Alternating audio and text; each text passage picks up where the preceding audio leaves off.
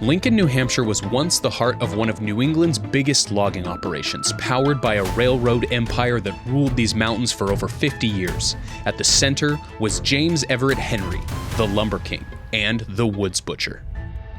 Lincoln started out as a small town in a tough place to farm. The terrain was rocky and growing crops wasn't easy. There were only a handful of farms here, but when James Henry showed up, everything changed. James E. Henry was born in 1831 in Lyman, New Hampshire, and he already knew the logging business long before he ever came to Lincoln. Around 1880, he built up the village of Zeeland with a large sawmill and company houses for workers. He ran his own Zeeland Valley Logging Railroad and harvested timber from the Zeeland Valley of the White Mountains. In August of 1892, Henry arrived in Lincoln and immediately started building what would become a mill town along with the East Branch and Lincoln Railroad. He bought what we now think of as Lincoln Village and the entire East Branch of the Pemigewasset River watershed, known during that time as Lincoln Woods. And he wasted no time building tenement houses, a sawmill, a company store, a school, a hospital, and later a pulp mill and paper mill. Lincoln became a true company town. The Henrys didn't just run a mill, they owned the town, the mill, the school, the store, the hospital, the boarding house, and the hotel. Family members even held town jobs like selectman and postmaster, and the railroad pushed deep into the backcountry. The East Branch and Lincoln Railroad ran into what's now known as the Pemigewasset Wilderness, 45,000 acres of designated wilderness today. Including spur lines and sidings, the railroad was estimated to be a total of 60 miles long. Along the line, there were at least 41 logging camps. It became the largest logging railroad in New England, and over its 50-plus years, about 1 billion feet of logs would be hauled over its rails.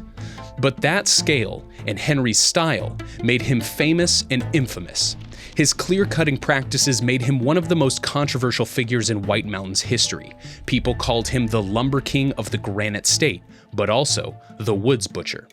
Clear-cut hillsides and aggressive logging left the region more vulnerable to erosion, forest fires, and general pollution.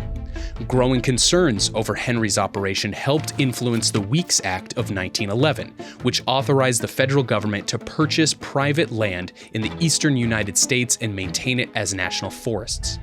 Henry retired a wealthy man in 1908 and died in 1912.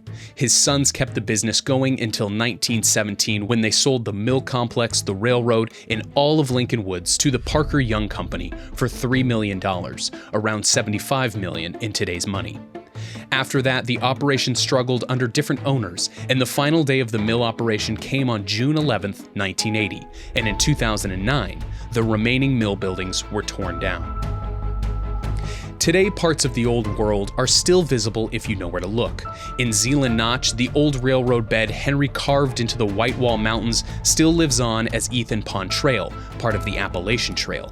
In Lincoln, the old company store is now LaHoot's Country Clothing and Ski Shop, and an old woodshed on the site of the mill is now a restaurant. But above all, Henry unknowingly created the Pemigewasset Wilderness Trail System. Almost every trail in this designated wilderness follows or utilizes sections of the East Branch and Lincoln Railroad. Without the railroad and the logging operation of J.E. Henry, Lincoln, New Hampshire, and parts of the White Mountains could have looked very different.